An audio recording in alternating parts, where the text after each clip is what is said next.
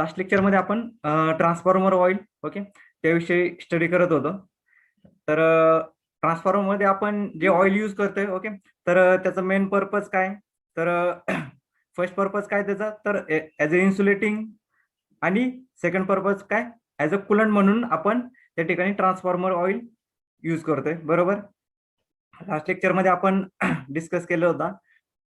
त्यानंतर जे काही टाइप्स आहेत ओके, जे ट्रान्सफॉर्मर ऑइल आहे ओके, ते दोन टाइप्स आहे mainly, paraffin based transformer oil आणि नॅफ्था बेस्ड ट्रान्सफॉर्मर ऑइल. ओके, हे ऑइलचे टाइप्स आहेत ओके, दोन व्हरायटी मध्ये हे ऑइल अवेलेबल आहे ओके. तर त्यामध्ये पॅराफिन बेस्ड जे ट्रान्सफॉर्मर ऑइल आहे ओके, त्याची अवेलेबिलिटी जी आहे तर ती जास्त आहे ओके.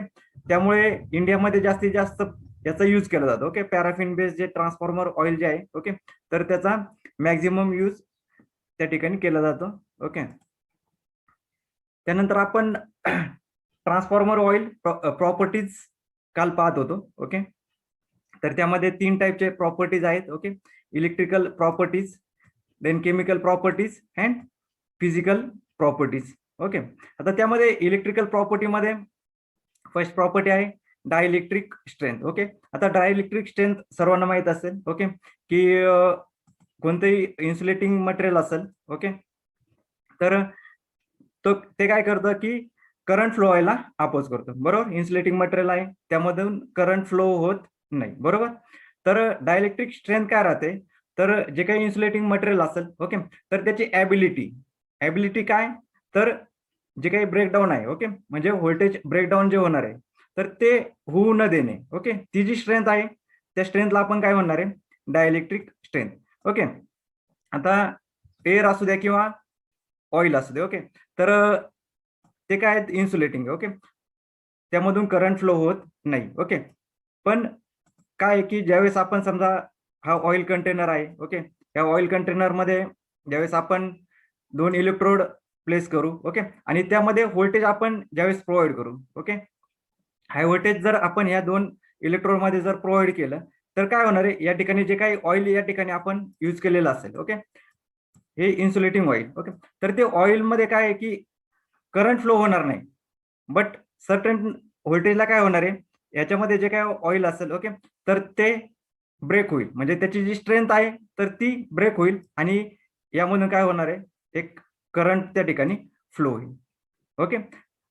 येते लक्षात, तर हे ब्रेकडाऊन होऊ नये, त्यामधून करंट फ्लो होऊ नये ओके, तर ती जी स्ट्रेंथ आहे तर ती झाली डायइलेक्ट्रिक स्ट्रेंथ ओके.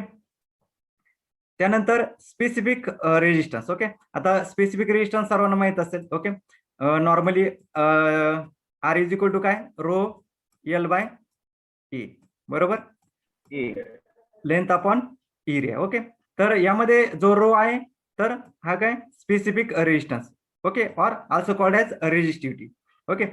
त्यावरून काय की रो जर आपण फाइंड आउट केला तर रो इज इक्वल टू काय येणार आहे, R is equal to A upon L. बरोबर, तर ही झाली स्पेसिफिक रेजिस्टन्स किंवा रेजिस्टिव्हिटी ओके. तर यामध्ये काय, दी रेजिस्टिव्हिटी, स्पेसिफिक रेजिस्टन्स और resistivity is defined as the resistance and the per unit length and per unit area okay. Resistance offered by in insulating material okay, per unit length and per unit area is called as specific resistance okay, and measured in ohm meter okay. Unit काय आहे, ohm metre okay. Specific resistance सर्वांना माहित असेल okay. त्यानंतर dielectric dissipation factor okay. आता dielectric dissipation factor काय, हा एक रेशो आहे ओके.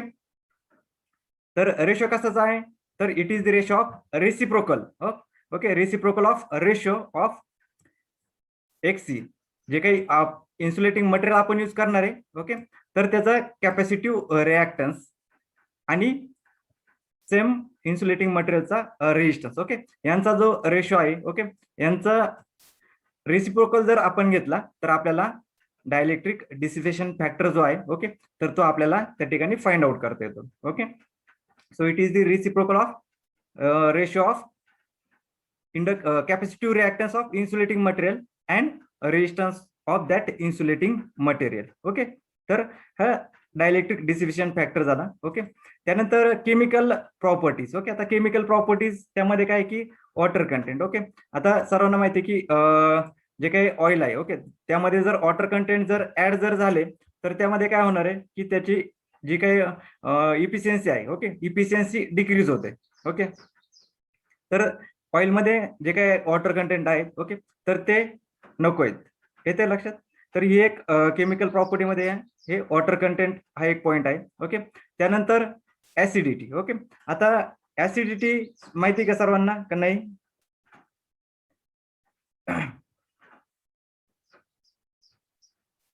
येस, नाही सर. ओके, तर जे काही ट्रान्सफॉर्मर ऑइल जे आहे, ओके, हे ट्रान्सफॉर्मर ऑइल जर एअरच्या कॉन्टॅक्टमध्ये जर आलं, ओके, तर त्यावेळेस काय होणार आहे, त्या एअर बरोबर ऑइलची रिॲक्शन होते. ओके, आता ट्रान्सफॉर्मर ऑइल असेल, ओके, ज्यावेळेस काही मेंटेनन्स वगैरे असेल, ओके, त्यावेळेस आपण ट्रान्सफॉर्मर ओपन करतो. ओके, किंवा ज्यावेळेस काही समजा टॉपअप करायचं असेल, ओके, ऑइलची लेवल जर कमी वगैरे असेल, ओके, तर त्यावेळेस ऑइल आपण फिलअप करतो. ओके, तर त्यावेळेस काय होतं की जी एअर आहे, ओके, तर एअर ह्या ट्रान्सफॉर्मर ऑइल मध्ये मिक्स होते. ओके, आता ही एअर जी ट्रान्सफॉर्मर ऑइल मध्ये मिक्स झाल्यामुळे काय होतं की त्याची रिॲक्शन होते आणि ऑक्सिडेशन होतं. ओके, तर ते ऑक्सिडेशन होतं त्यामुळे काय होतं की ट्रान्सफॉर्मर ऑइल जे आहे, ओके, तर त्याची जी काही स्ट्रेंथ आहे, ओके, तर ती स्ट्रेंथ डाऊन होते. ओके, तर जी काही प्रोसेस होते, ओके, ऑक्सिडेशनची, तर त्याला आपण ऍसिडिटी म्हणतो. येते लक्षात? त्यामुळे काय की ट्रान्सफॉर्मर ऑइलची जी काही रेजिस्टिव्हिटी आहे, ओके, किंवा स्पेसिफिक रेजिस्टन्स जो आहे तर तो डिक्रीज होतो. ओके, त्यानंतर स्लज कंटेंट. ओके, आता स्लज कंटेंट म्हणजेच काय, सिम्पली की त्यामध्ये काही इम्प्युरिटीज वगैरे जे आहेत, ओके, ट्रान्सफॉर्मर ऑइलमध्ये, ओके, तर त्या इम्प्युरिटीज ऍड जर झाल्या, त्याचबरोबर ऍसिडचं प्रमाण जर त्यामध्ये इन्क्रीज जर झालं, ओके, तर त्यामध्ये काय होतं, स्लज तयार होतं. स्लज म्हणजेच काय, थोडक्यात एक आता आपण पाणी जर पाहिलं, ओके, टँक असेल, ओके, आपली, तर त्या टँकमध्ये काय होतं, खाली पहा की थोडंसं कचरा म्हणतो आपण, किंवा एक थोडासा गाळ आपण ज्याला म्हणतो. ओके, तर त्याच पद्धतीने ऑइलमध्ये काय होतं की स्लज तयार होतं. Okay, due to impurities. Okay, तर हे केमिकल प्रॉपर्टीज मध्ये येतात. ओके, स्लज कंटेंट जर इन्क्रीज झाले तर जे काही ट्रान्सफॉर्मर ऑइल जे आहे, ओके, तर त्याची रेजिस्टिव्हिटी जी आहे किंवा स्ट्रेंथ जी आहे तर ती डिक्रीज होते.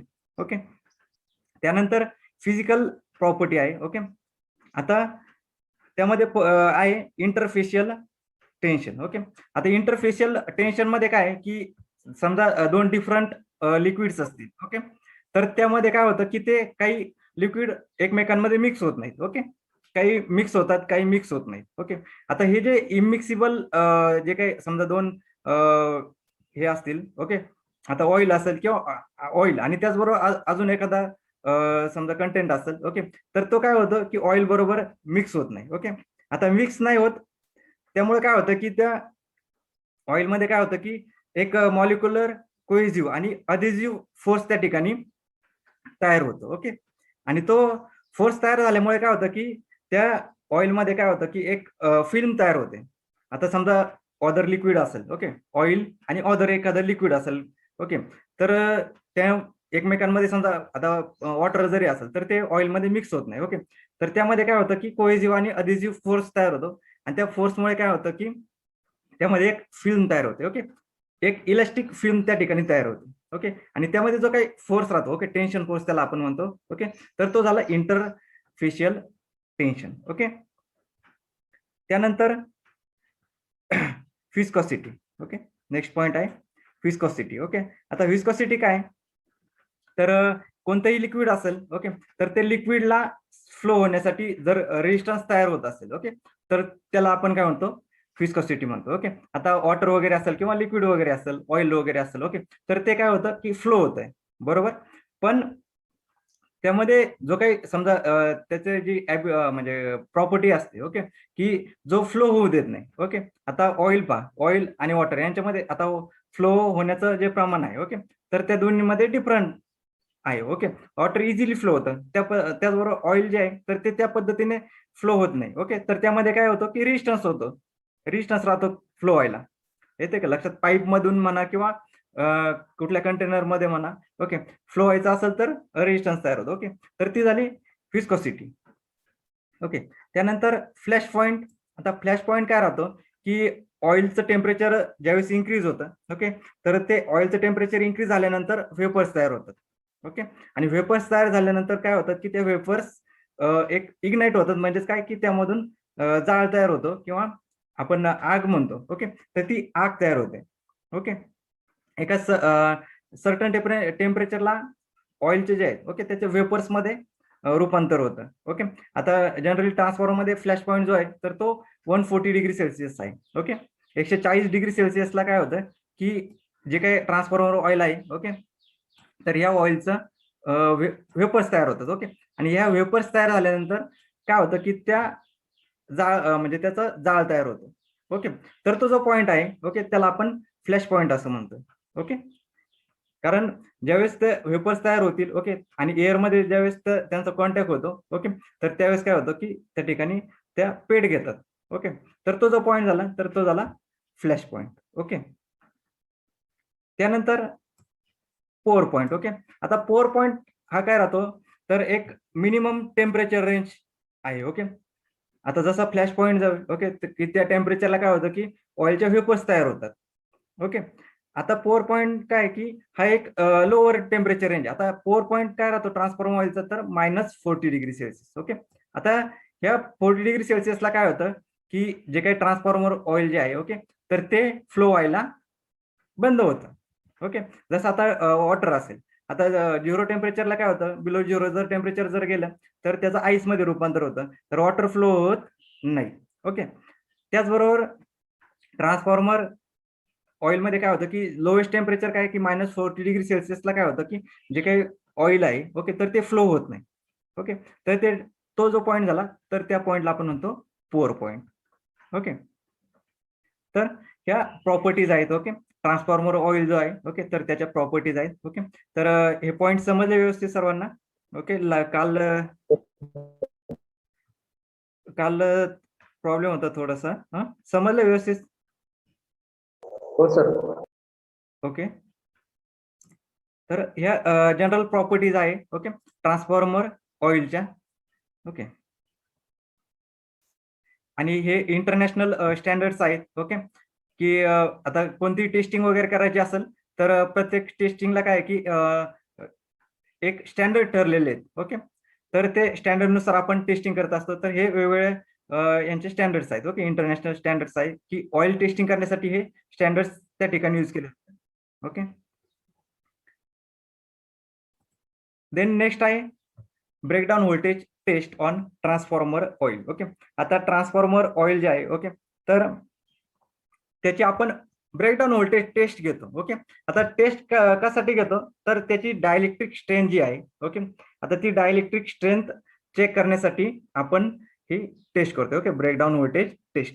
आता ही आपल्याला रेग्युलरली किंवा पिरियडिकली आपल्याला ट्रान्सफॉर्मर ऑइल जे आहे ओके तर त्याची ही बीडीव्ही टेस्ट आपल्याला कॅरी करावं लागते, कंडक्ट करावे लागते. ओके, काय होतं की कंटिन्युअस वर्किंगमुळे काय होतं की ट्रान्सफॉर्मर ऑइल त्याच्या ज्या प्रॉपर्टीज आहेत ओके तर त्या प्रॉपर्टीज या चेंज होतात. ओके, तर त्यामध्ये इम्प्युरिटीज वगैरे ऍड होतात. ओके, तर त्यामुळे काय होतं की ट्रान्सफॉर्मर ऑइलची जी काही स्ट्रेंथ आहे ओके, जी काही प्रॉपर्टी आहे ओके, कुलिंगची, त्याचबरोबर ऍज अ इन्सुलेशन म्हणून आपण ते यूज करतो. ओके, तर ह्या प्रॉपर्टी ज्या आहेत तर त्या डिक्रीज होतात. ओके, त्यामुळे ऑइलचं जे काही टेस्टिंग आहे ओके तर ते टेस्टिंग रेग्युलरली करणं गरजेचं आहे. ओके, तर त्यासाठी काय आहे की हे कंटेनर आहे. ओके, तर यामध्ये आपण ट्रान्सफॉर्मर ऑइल जे आहे ओके तर त्याची ब्रेकडाऊन व्होल्टेज टेस्ट आपण त्या ठिकाणी कंडक्ट करू शकतो. ओके, आता ब्रेकडाऊन व्होल्टेज टेस्ट कशासाठी तर त्यामध्ये काय केलं जातं की हे पहा, हे कंडक्टिंग इलेक्ट्रोड्स आहेत. ओके, या ठिकाणी पहा, हा फर्स्ट इलेक्ट्रोड आणि हा सेकंड इलेक्ट्रोड आहे. ओके, तर ह्या इलेक्ट्रोड मध्ये काय केलं जातं की व्होल्टेज प्रोव्हाइड केलं जातं. ओके, आणि व्होल्टेज प्रोव्हाइड केल्यानंतर व्होल्टेज आहे तर ते स्टेप बाय स्टेप इन्क्रीज केलं जातं. ओके, आता इन्क्रीज केल्यानंतर काय होतं की एका सर्टन लेवलला काय होतं की हे जे काय ट्रान्सफॉर्मर ऑइल जे आहे ओके, तर ते ब्रेक होतं. ओके, म्हणजे ब्रेक होतं म्हणजेच काय होतं की त्याची इन्सुलेटिंग प्रॉपर्टी काय होते, डिसअपिअर होते. म्हणजेच ते काय होतं, कंडक्टिंग होतं, म्हणजेच करंट या ठिकाणावरून फ्लो व्हायला सुरुवात होते. ओके, जनरली काय ट्रान्सफॉर्मर ऑइल हे इन्सुलेटिंग आहे, त्यामधून करंट फ्लो होत नाही. ओके, बट ज्यावेळेस आपण टेम्परेचर व्होल्टेज आहे तर ते इन्क्रीज करतोय, तर त्यावेळेस काय होतं की जे काही ट्रान्सफॉर्मर ऑइल आहे ओके, तर ते पंक्चर होतं. ओके, आणि पंक्चर झाल्यामुळे काय होतं की या ठिकाणी या पद्धतीने फ्लॅश तयार होतो. ओके, आणि तो फ्लॅश तयार झाल्यानंतर करंट त्या ठिकाणावरून फ्लो होतो. ओके, हे ट्रान्सफॉर्मर ऑइल टेस्टिंग किट आहे. ओके, तर यामध्ये आपण ब्रेकडाऊन व्होल्टेज टेस्ट जी आहे ओके, तर ती टेस्ट या ठिकाणी आपण कंडक्ट करतोय. ओके, तर यामध्ये मेनली काय राहतात की हे 2 इलेक्ट्रोड्स राहतात. ओके, हे कंडक्टिंग इलेक्ट्रोड्स आहेत. ओके, आणि ह्या इलेक्ट्रोड्सला आपण काय करतो की व्होल्टेज प्रोव्हाइड करतोय. ओके, आणि ह्या 2 इलेक्ट्रोड मध्ये स्टँडर्ड जो आहे ओके गॅप, तर तो 2.5 mm राहतो. ओके, हे जे 2 इलेक्ट्रोड्स आहेत तर यामध्ये 2.5 mm हा गॅप त्या ठिकाणी, स्टँडर्ड गॅप त्या ठिकाणी युज केला जातो. ओके, येते लक्षात. आता या ठिकाणी काय की हे वेगवेगळे आपण इंटरनॅशनल स्टँडर्ड्स पाहिले ना ओके, तर हे स्टँडर्डचे नाव आहेत. ओके, तर आपल्याला वेगवेगळी टेस्ट वेगवेगळ्या स्टँडर्ड्स नुसार कॅरी करायची असेल तर त्यानुसार या ठिकाणी सिलेक्शनसाठी प्रत्येक जे काही हे आहे स्टँडर्ड आहे ओके, तर ते या ठिकाणी प्रोव्हाइड केलेले आहेत. ओके, तर यामध्ये मेनली काय होतं पहा की 2.5 mm चा गॅप त्या ठिकाणी राहतो. ओके, या कंटेनरमध्ये ऑइल फिलअप केलं जातं. ओके, जे आपल्याला जे ऑइलचं टेस्टिंग करायचं आहे ते ऑइल या कंटेनरमध्ये फिलअप केलं जातं. ओके, यामध्ये एक स्टिअर यूज केली जाते. ओके, ऑइल जे आहे ओके स्टिअर करण्यासाठी या ठिकाणी स्टिअर यूज केली जाते. ओके, व्होल्टेज जे आहे okay step by step voltage त्या ठिकाणी प्रोव्हाइड केलं जातं. ओके, किलो व्होल्ट मध्ये, तर कंटिन्युअसली ते इन्क्रीज केलं जातं. ओके, आणि एका पर्टिक्युलर व्होल्टेज लेवलला काय होतं की त्यामध्ये स्पार्क तयार होतो, म्हणजेच काय होतं की जे काही इन्सुलेशन आहे तर ते ब्रेक होतं. ओके, तर ते रेकॉर्ड त्या ठिकाणी केलं जातं. असे 4-5 रिडिंग त्या ठिकाणी घेतले जातात आणि त्यांचं काय केलं जातं, एक मीन ऍव्हरेज व्हॅल्यू जी आहे ओके, तर ती त्या ठिकाणी कॅल्क्युलेट केली जाते. Okay, breakdown voltage test conduct करताना. ओके,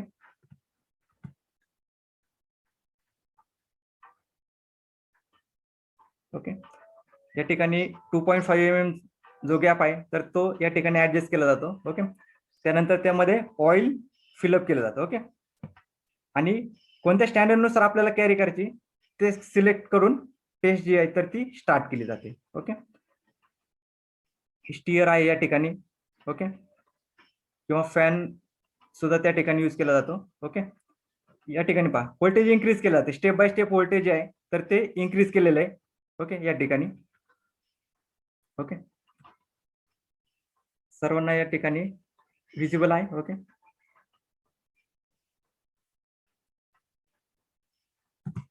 तर 36 केव्ही जे आहे ओके, तर त्या व्होल्टेजला काय झालेलं आहे की या ठिकाणी ते ऑइल जे आहे ओके, तर ते ब्रेक झालेले. ओके, तर त्यामध्ये काय स्पार्क तयार झालेला आहे या ठिकाणी पहा. येते लक्षात, म्हणजे जे काही इन्सुलेटिंग मटेरियल आहे ओके, तर ते काय झालेलं आहे, ब्रेक झालेलं आहे, आणि यामधून काय होतं की करंट या ठिकाणी फ्लो होतं.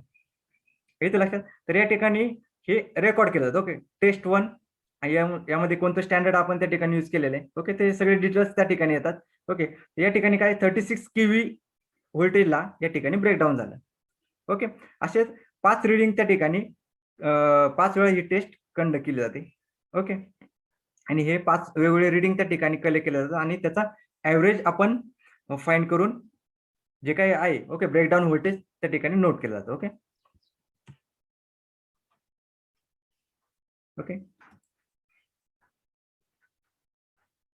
तर ही प्रोसिजर आहे ओके, स्टँडर्ड प्रोसिजर. तर जे आपण आताच पाहिली okay, breakdown voltage test on transformer oil. Okay, आता त्यामध्ये काय केलं जातं पहा, तर transformer oil is filled in a vessel of the testing device. Okay, to standard compliant test electrodes with a typical clearance of 2.5 mm are surrounded by the dielectric oil. Okay, एक आता container तुम्ही पाहिला असेल okay, taste vessel. Okay, तर त्यामध्ये 2 electrodes असतात आणि त्यामध्ये स्टँडर्ड जो काही क्लिअरन्स आहे गॅप जो आहे तर तो 2.5 mm राहतो. ओके, आणि जे ऑइल आपल्याला टेस्ट करायचं आहे ओके, ते ऑइल त्यामध्ये त्या कंटेनरमध्ये फिलअप केलं जातं. ओके, त्यानंतर काय, test voltage apply to the electrodes and it continuously increase, okay, up to the breakdown voltage with a constant, okay, standard compliant slew rate of example 2 kV per second. Okay, तर आपण काय करणार आहे, ते जे दोन इलेक्ट्रोड्स आहेत तर त्या इलेक्ट्रोड्सला काय करणार आहे, व्होल्टेज प्रोव्हाइड करणार आहे. ओके, आणि ते व्होल्टेज आहे तर ते कंटिन्युअसली आपण इन्क्रीज करणार आहे. ओके, आता ते स्टेप बाय स्टेप इन्क्रीज केलं तर त्यामध्ये काय की 2 kV पर सेकंड म्हणजे 2 किलोव्होल्ट जे आहे, ओके, पर सेकंड तेवढं व्होल्टेज त्या ठिकाणी आपण प्रोव्हाइड करतो आणि इन्क्रीज करत जातो त्या रेटमध्ये. येते लक्षात.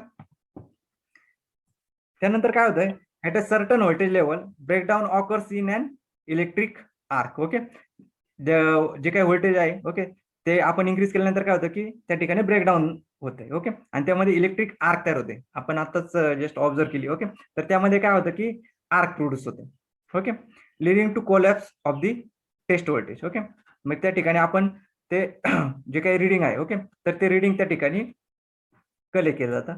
ओके, त्यानंतर काय, and instant after ignition of the arc the test voltage is switch off automatically by the testing device. Okay, आता ज्यावेळेस त्या ठिकाणी स्पार्क तयार होईल, ओके, आर्क तयार होईल, त्यानंतर जे काही टेस्ट व्होल्टेज आहे, ओके, तर ते ऑटोमॅटिक स्विच ऑफ केलं जाईल. ओके, जी मशीन आहे, ओके, तर त्या machine through automatically switch off केलं जातं.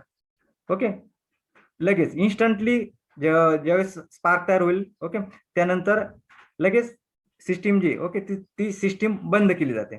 तर त्यामागचं कारण काय, ओके, तर ultra fast switch off is highly desirable as the carbonization due to the electric arc must be limited to keep the additional pollution as low as possible. Okay, आता आपण ज्यावेळेस हाय व्होल्टेज त्या ठिकाणी provide केले, त्यामध्ये त्याचं breakdown होणार आहे. व्होल्टेजमुळे काय होणार आहे, ऑइल जे तर ते ब्रेकडाऊन होणार आहे. ब्रेकडाऊन झाल्यानंतर काय होणार, त्यामधून करंट फ्लो व्हायला सुरुवात होईल. ओके, जर आपण सप्लाय जर बंद केला नाही तर त्यामधून कंटिन्युअसली काय होईल, करंट फ्लो होईल, आणि करंट फ्लो झाल्यामुळे काय होईल की त्या ठिकाणी कार्बन तयार होईल, आणि त्या कार्बनमुळे काय होणार आहे की ऍडिशनल पोल्युशन जे आहे तर त्या ऑइलमध्ये ऍडिशनल पोल्युशन त्या ठिकाणी होईल. ओके, तर त्यासाठी जे काही व्होल्टेज आहे, ओके, तर ते इमिजिएटली स्विच ऑफ केलं जातं.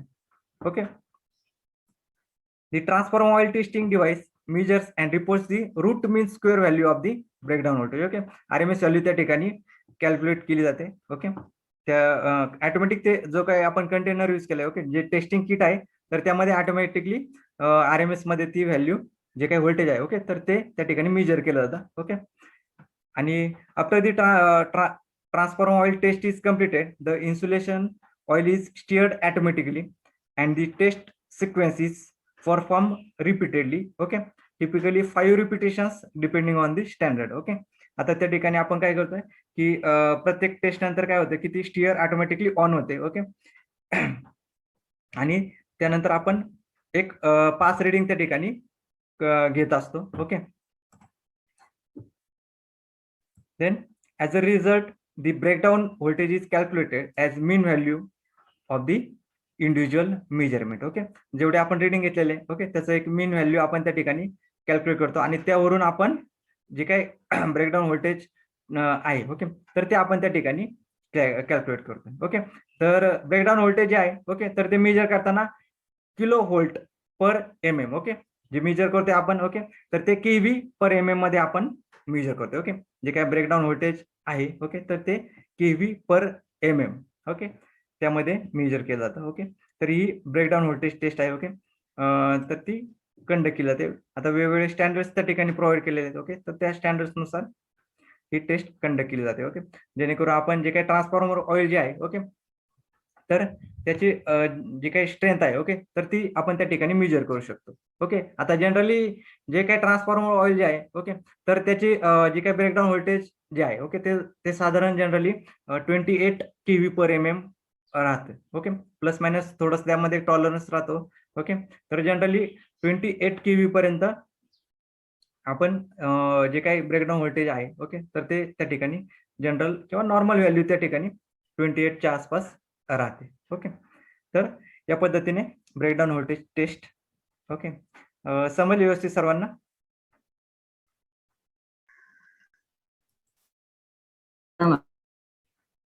ओके, समजले सर. ओके.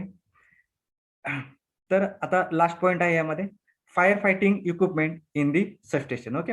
आता फायर फायटिंग इक्विपमेंट आपण वेगवेगळे इक्विपमेंट त्या ठिकाणी यूज केले जातात. ओके. आता सर्वांना माहिती आहे ओके की काही ऍक्सिडेंट वगैरे झाला तर सबस्टेशन मध्ये ओके किंवा कंट्रोल रूम वगैरे असेल तर त्या ठिकाणी आग वगैरे लागण्याचे चान्सेस राहतात. ओके. तर अशा काही इमर्जन्सी कंडिशन्स वगैरे असतील ओके तर त्या ठिकाणी फायर फायटिंग इक्विपमेंट असणं गरजेचं आहे. ओके.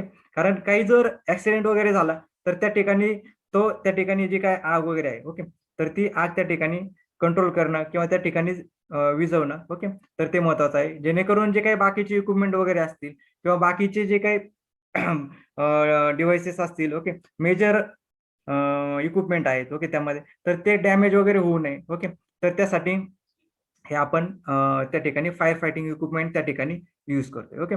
कारण ज्यावेळेस एखाद्या सबस्टेशन मध्ये आग वगैरे लागते ओके तर त्यावेळेस होणारं नुकसान जे आहे ओके तर ते नुकसान खूप मोठं राहतं त्या ठिकाणी. ओके.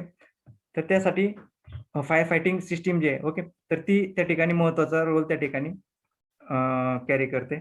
ओके. तर आता ही जी काय फायर फायटिंग सिस्टीम जी आहे ओके तर त्याची आवश्यकता काय आहे. ओके. तर त्यामध्ये काय save the equipment from damage. Okay. First point काय की महत्वाचं त्याची आवश्यकता काय की त्यामुळे काय करू शकतो आपण की जे काही इक्विपमेंट आहेत ओके तर ते डॅमेज होण्यापासून आपण त्यांना वाचवू शकतो. ओके. त्याचबरोबर काय loss of life and loss of equipment can be prevented. Okay. आता ऍक्सिडेंटली जर काही जर समजा आग वगैरे लागली तर त्यामध्ये जीवितहानी होण्याची शक्यता असते. ओके. त्याचबरोबर इक्विपमेंट सुद्धा त्यामध्ये डॅमेज होतात. ओके. तर ते प्रिव्हेंट करण्यासाठी आपण फायर फायटिंग इक्विपमेंट त्या ठिकाणी यूज करतोय. ओके.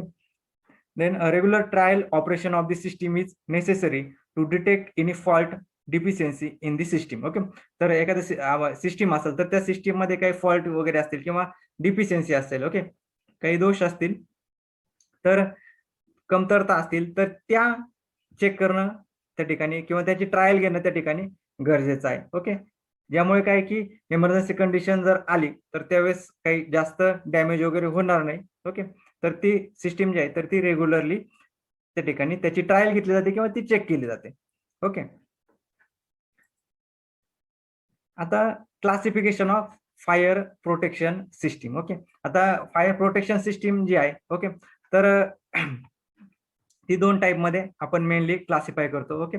तर त्यामध्ये फर्स्ट आहे फायर फायटिंग सिस्टीम आणि सेकंड आहे फायर डिटेक्शन सिस्टीम. ओके. आता फायर फायटिंग तर त्यामध्ये काय राहणार आहे ऍक्च्युअल समजा ज्यावेळेस आग लागते ओके तर ती आग विझवण्यासाठी जे काही इक्विपमेंट यूज केले जातात त्याला फायर फायटिंग सिस्टीम आपण त्या ठिकाणी म्हणतोय. ओके. आणि फायर डिटेक्शन सिस्टीम आता डिटेक्शन सिस्टीम मध्ये काय की समजा जर आग वगैरे लागली असेल तर ती डिटेक्ट करण्याचं काम हे फायर डिटेक्शन सिस्टीमचं आहे. ओके. समजा एखादी बिल्डिंग असेल ओके त्या बिल्डिंग मध्ये जर आग वगैरे लागली तर ती डिटेक्ट करण्यासाठी डिव्हाइस त्या ठिकाणी बसवलेले असतात. ओके.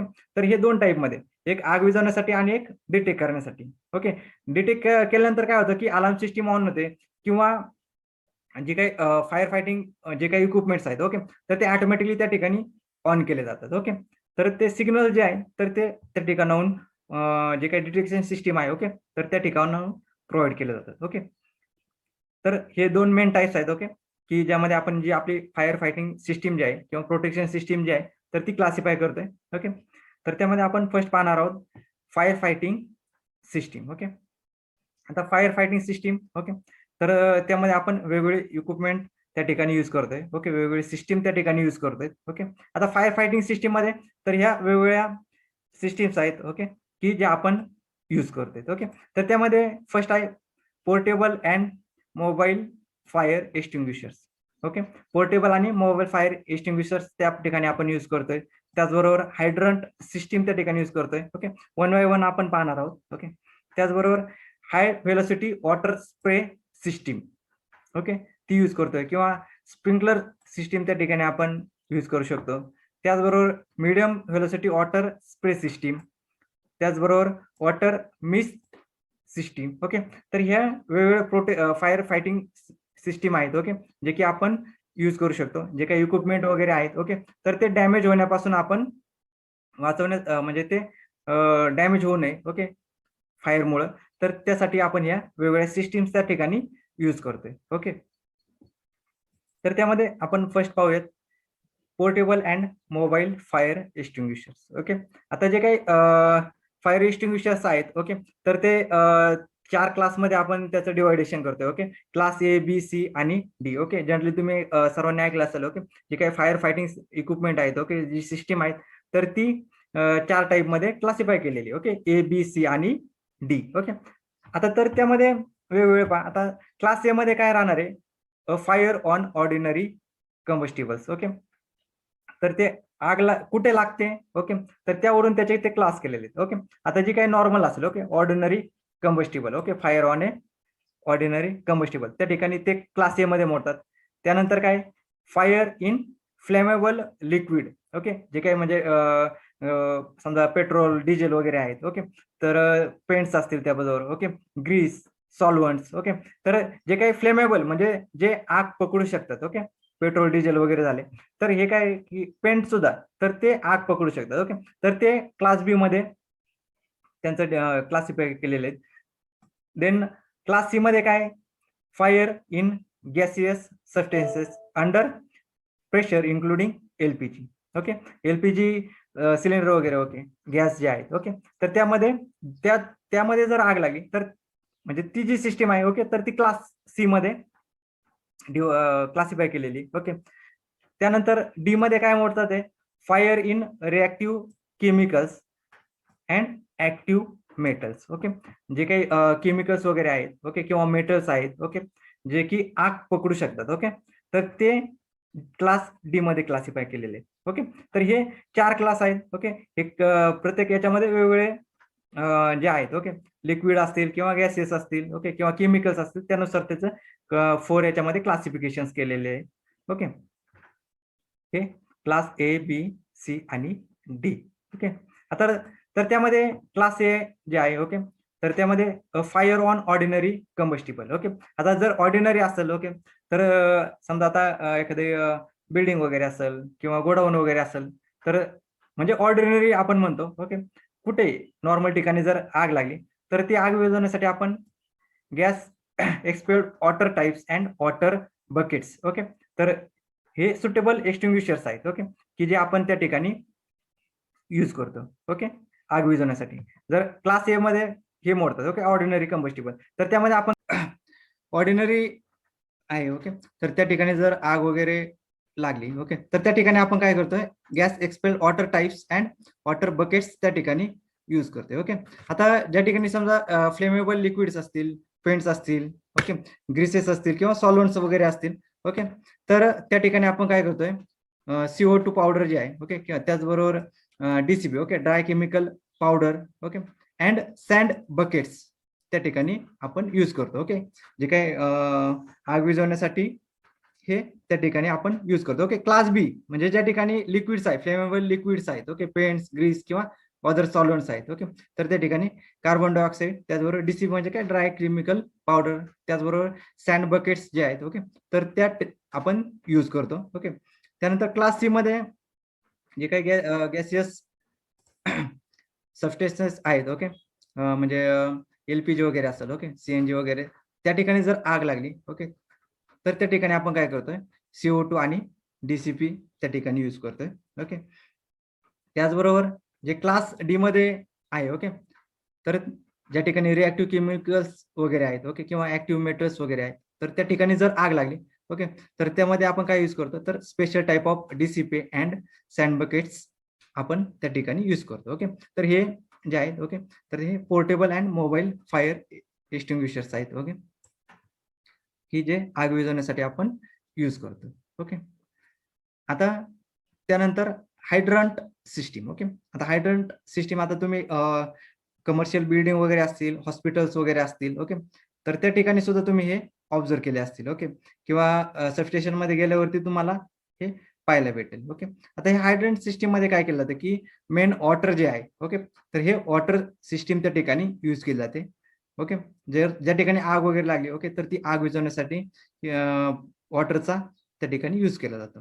ओके, ते काय, त्यामध्ये fire hydrant installation consists of a system of pipe work, okay, connected directly to the water supply, meant to provide water to each and every hydrant outlet, and is intended to provide water for the firemen to fight a fire. Okay, आता जी ही total system जी आहे, okay, ज्या ठिकाणी पाण्याचा main source आहे, okay, तर त्या सोर्सला ही सिस्टीम कनेक्ट केली जाते. ओके, आणि या ठिकाणी पहा हे आउटलेट्स आहेत. ओके, हे जे आहेत, ओके, तर हे पाईपलाईन जे आहेत, ओके, त्याचे आउटलेट्स आहेत. हे प्रत्येक ठिकाणी हे प्रोव्हाइड केले जातात. ओके, मग हे जे काही वॉटर सोर्स आहे, ओके, त्या थ्रू हे वॉटर जे हे हे इथं मोटर्स वगैरे बसवले जातात. ओके, त्या मोटर्स थ्रू हे जे पाईप्स आहेत, ओके, ह्या पाईप्स थ्रू हे आउटलेट आहे इथपर्यंत वॉटर सप्लाय केलं जातं. ओके, आणि मग ज्या ठिकाणी समजा आग वगैरे लागली असेल तर त्या ठिकाणी हे पाईप थ्रू आपण वॉटर जे आहे, ओके, तर ते आपण आग विझवण्यासाठी त्या ठिकाणी यूज करू शकतो. Okay, the water is discharged into the fire engine from which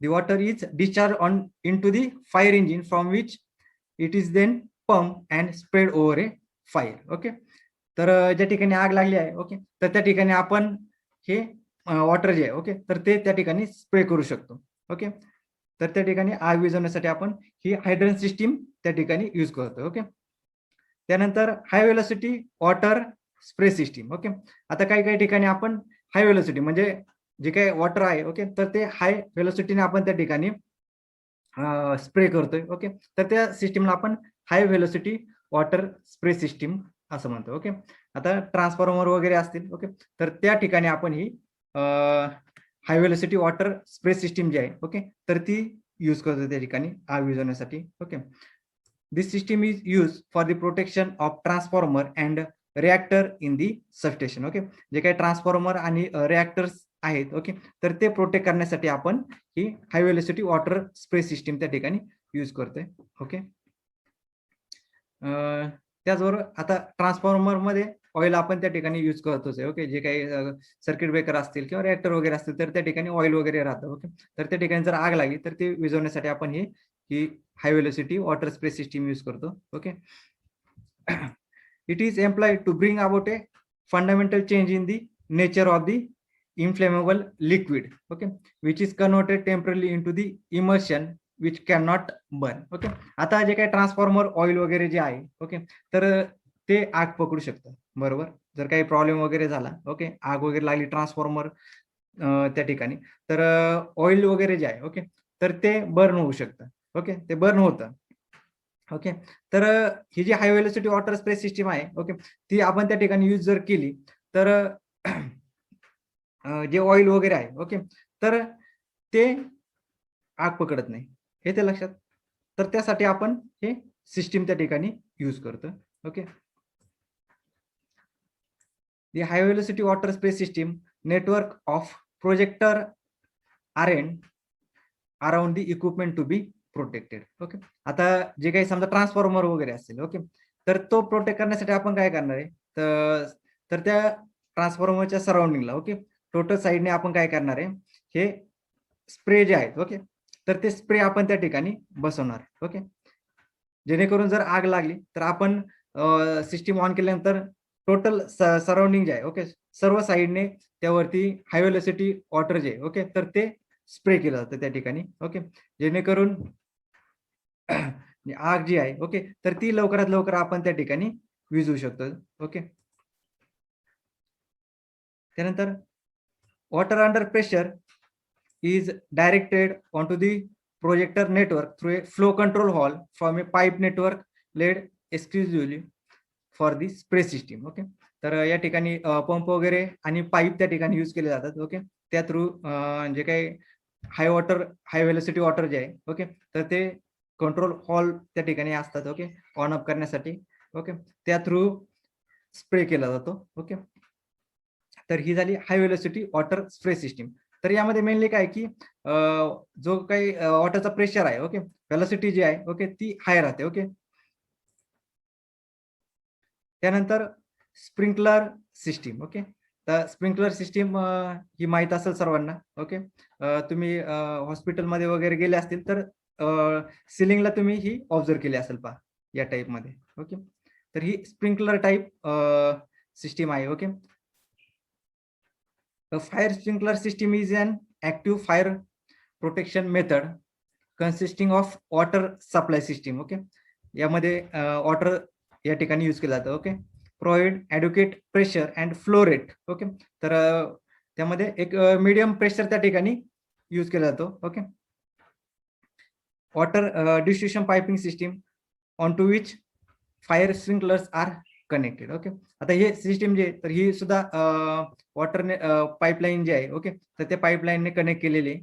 okay, आणि टोटल जे सिलिंग वगैरे आहे. ओके, तर त्या सिलिंगला हे इन्स्टॉल केले जातात. ओके, हे जे स्प्रिंकलर वगैरे जे आहेत. ओके, तर हे सिलिंगला त्या ठिकाणी इन्स्टॉल केले जातात. ओके, ज्यावेळेस आग वगैरे लागेल तर ज्यावेळेस सिस्टीम ऑन केली जाईल. ओके, आता काय होतं की बिल्डिंग मध्ये जर आग लागली तर आपल्याला त्या ठिकाणी जाता येत नाही. ओके, किंवा जे काही अग्निशमन दलाचे जे काही हे आहेत. ओके, तर ते त्या ठिकाणी पोहोचू शकत नाहीत. ओके, तर त्यावेळेस हे टोटल जी बिल्डिंग आहे त्या बिल्डिंग मध्ये हे स्प्रिंकलर त्या ठिकाणी इन्स्टॉल केलं जातं. ओके, त्यामुळे काय होतं की तिथं कोणाला म्हणजे जाता जरी नाही आलं तरी हे स्प्रिंकलर थ्रू आपण त्या ठिकाणी जर आग लागली आहे तर ती आग त्या ठिकाणी विझवता येईल. ओके, त्यानंतर medium velocity water spray system. Okay, आता मीडियम व्हेलोसिटी मध्ये काय की जी काही वॉटर प्रेशर जो आहे. ओके, तर त्याची जी व्हेलोसिटी तर ती ही कमी असणार आहे. ओके, म्हणजे याचा रेट जो आहे तर तो स्लो असणार आहे. ओके, तर ही मीडियम व्हेलोसिटी आहे. ओके, तर याच्यामध्ये काय as their name suggest medium velocity water spray nozzle are design to spray water at a medium velocity. Okay, तर कमी व्हेलोसिटी किंवा मॉडरेट किंवा मीडियम व्हेलोसिटीने यामध्ये जे काही वॉटर आहे. ओके, तर ते या ठिकाणी स्प्रे केलं जातं. ओके, म्हणजे त्याची व्हेलोसिटी जी आहे तर ती हाय व्होल्टेज म्हणजे high velocity water spray system जी आहे. ओके, तर त्यापेक्षा कमी राहते. ओके, आता ही medium velocity water spray system are best suited for protecting hazards involving light oils fair emulsification from high velocity water sprayers is not possible. Okay, आता समजा ज्या ठिकाणी ऑइल वगैरे आहे. Okay, light oil. ओके, तर त्या ठिकाणी जर हाय व्हेलोसिटी सिस्टीम जर त्या ठिकाणी म्हणजे युजेबल नसेल. ओके, तर त्याचा यूज त्या ठिकाणी जर होणार नसेल. ओके, तर त्या ठिकाणी अशा ठिकाणी आपण काय करतो medium velocity water spray system त्या ठिकाणी यूज करतो. ओके, आता इमल्सिफिकेशन म्हणजे काय की जे काही ऑइल वगैरे आहे. ओके, तर ते आग पकडत नाही त्या ठिकाणी. ओके, तर त्यामध्ये काय होतं की वॉटर मिक्स होतं ऑइलमध्ये. ओके, आणि त्याचा एक वेगळा द्रवरूप पदार्थ म्हणजे द्रवरूपपणा त्यामध्ये येतो. ओके, तर त्यामुळे काय होतं की त्यामध्ये आग लागत नाही. येते लक्षात. ओके, तर अशा ठिकाणी आपण काय करतो की medium velocity water spray system त्या ठिकाणी यूज करतोय.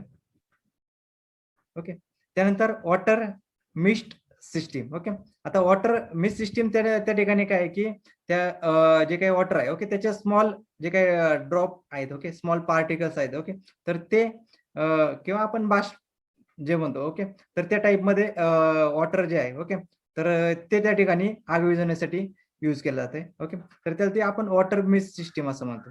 ओके, तर यामध्ये काय water mist system is a fire protection system which uses very fine water sprays. Okay, that is water mist.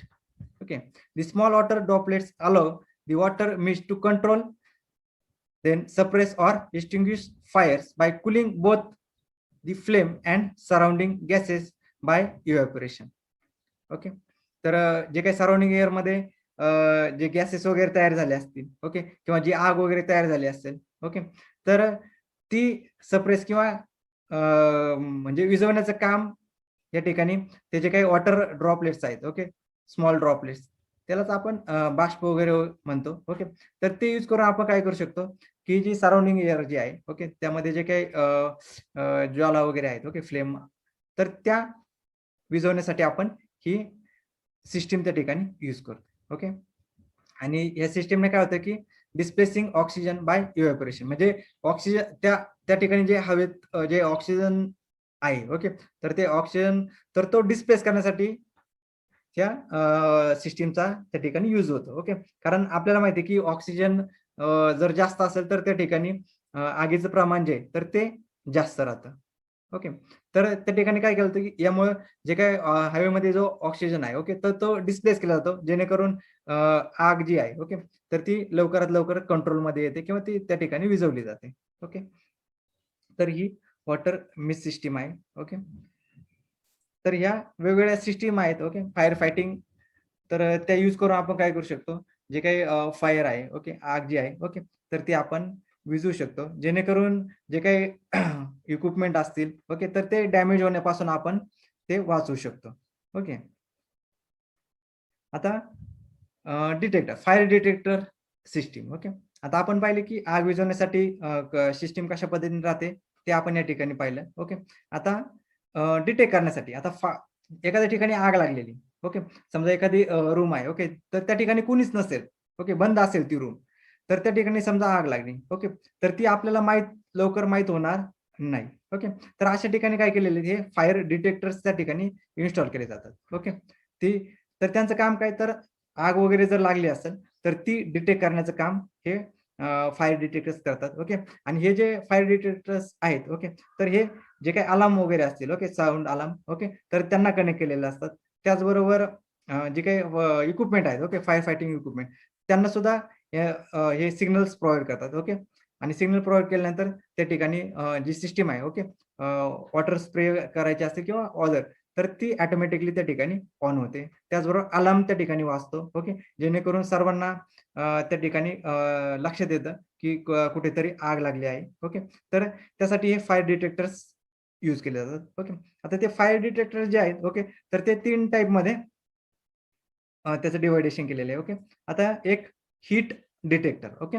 आता हीट जी आहे ओके, सराउंडिंगमध्ये, तर ती हीट त्यावरून ते डिटेक्ट करतात. त्याचबरोबर सेकंड आहे स्मोक डिटेक्टर. ओके. स्मोक सर्वांना माहीत असेल. ओके. तर ते डिटेक्टर आहेत त्या ठिकाणी. त्यानंतर flame detector. Okay. Heat, smoke आणि फ्लेम असे 3 टाइपचे डिटेक्टर त्या ठिकाणी असतात. ओके. की जे एखाद्या ठिकाणी आग वगैरे लागली असेल, तर ते डिटेक्ट करण्याचं काम हे डिटेक्टर करतात. ओके. तर त्यामध्ये हीट डिटेक्टर फर्स्ट आहे, heat detector. Okay. These are generally less sensitive than smoke detector and are unlikely to respond for smouldering fires. Okay.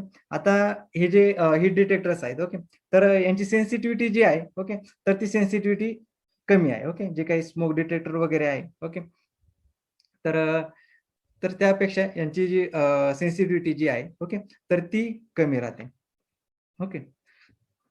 त्यानंतर they are not suitable for the protection of places where small fires can cause huge loss. Example computer room. Okay. आता ही system अशा ठिकाणी suitable नाही. Okay. कोणत्या, की ज्या ठिकाणी समजा छोटी जरी आग लागली ओके, थोडी आग जरी लागली ओके, आणि त्यामुळे काय होऊ शकतं की मोठ्या प्रमाणात त्या ठिकाणी नुकसान होऊ शकतं. ओके. तर त्या ठिकाणी ही सिस्टीम सुटेबल नाही. ओके. समजा आता कम्प्युटर रूम असेल ओके, तर त्या कम्प्युटर रूममध्ये आता महत्त्वाचा समजा डेटा वगैरे जो आहे, मॉनिटरिंग वगैरे जे आहे, तर तो सगळा त्या कम्प्युटर रूममध्ये स्टोअर केला जातो. ओके. आता जर अशा ठिकाणी जर आग लागली ओके, तर त्या त्या ठिकाणी समजा छोटी आग लागली, त्यामुळे काय होऊ शकतं की तरी त्या ठिकाणी जे काही नुकसान जे आहे ओके, तर ते नुकसान मोठ्या प्रमाणात त्या ठिकाणी होऊ शकतं. ओके. तर त्या ठिकाणी हे डिटेक्टर सुटेबल नाहीत. Okay. These are suitable for use in places where sufficient heat is likely to be generated and damage caused the heat generated by the fire contributes top main hazards. Example battery rooms. Okay. मग ज्या ठिकाणी मोठ्या प्रमाणात आग वगैरे लागते okay, तर त्या ठिकाणी आपण ही सिस्टीम यूज करू शकतो. ओके.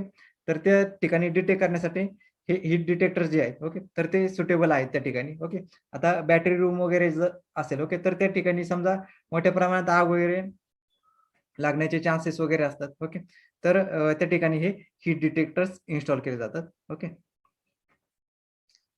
त्यानंतर नेक्स्ट आहे स्मोक डिटेक्टर. ओके. आता हे स्मोक डिटेक्टर, स्मोक म्हणजे काय, की धूर. ओके. आता कुठेही आग वगैरे लागली तर त्या ठिकाणी धूर वगैरे त्या ठिकाणी तयार होतो. ओके. तर ह्या धूर जो आहे किंवा स्मोक जो आहे ओके, तर तो डिटेक्ट करून सिग्नल्स प्रोव्हाईड केले जातात. ओके. तर त्यामध्ये दोन टाईप्स पडतात. ओके, आयोनायझेशन टाईप आणि ऑप्टिकल टाईप.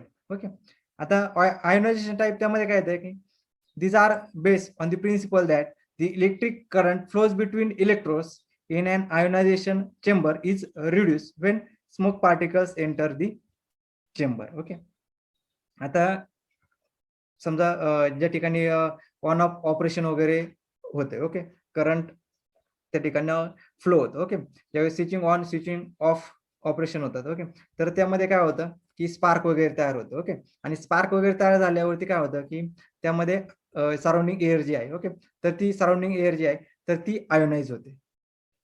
ओके, तर ही ती आयोनाइज झाल्यानंतर काय की ती डिटेक्ट करण्यासाठी हे स्मोक डिटेक्टर्स आहेत. ओके, तर ते आयोनायझेशन मध्ये मोडतात. ओके, आणि ऑप्टिकल टाईप. ओके, आता ऑप्टिकल टाईप मध्ये काय this operates by detecting the scattering or absorption of light by smoke particles. Okay, आता हे ऑप्टिकल टाईप जे आहेत तर त्यामध्ये काय की जे काही धुराचे जे काही कण वगैरे आहेत. ओके, किंवा हीट पार्टिकल जे आहेत. ओके, तर ते त्या ठिकाणी डिटेक्ट केले जातात. ओके, आयोनायझेशन मध्ये जे काही एअर आयोनाइज होते. ओके, तर ती डिटेक्ट करण्यासाठी आयोनायझेशन टाईप स्मोक डिटेक्टर आहेत. आणि ऑप्टिकल टाईप मध्ये काय की जे काही धुराचे कण वगैरे आहेत. ओके, नॉर्मल जी काही समजा आग वगैरे लागली असेल तर त्या आगीचे जे काही धूर वगैरे आहे. ओके, ते धुराचे कण वगैरे जे आहेत. ओके, तर त्यापासून डिटेक्ट करतात. तर ते झालं ऑप्टिकल टाईप. ओके, त्यानंतर लास्ट आहे फ्लेम डिटेक्टर. ओके, आता फ्लेम डिटेक्टर तर काय राहणार आहे की डायरेक्टली जे काही आगीचे जे काही ज्वाला असतील. ओके, फ्लेम ज्याला आपण म्हणतो. ओके, तर त्या डायरेक्टली त्या ठिकाणी डिटेक्ट करण्यासाठी हे फ्लेम डिटेक्टर्स असतात.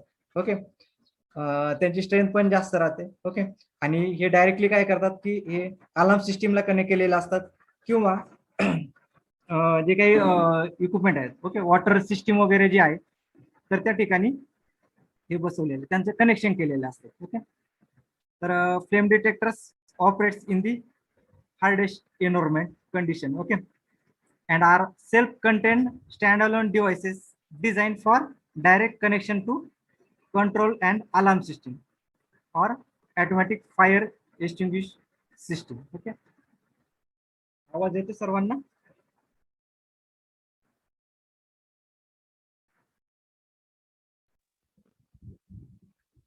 आवाज येतोय? हो सर, येतोय.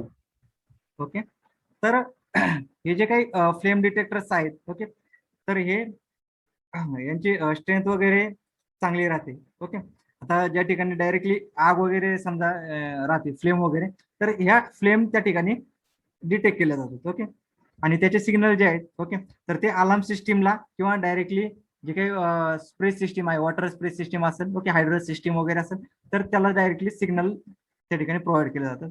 ओके, तर हे फ्लेम डिटेक्टर्स आहे त्या ठिकाणी. ओके,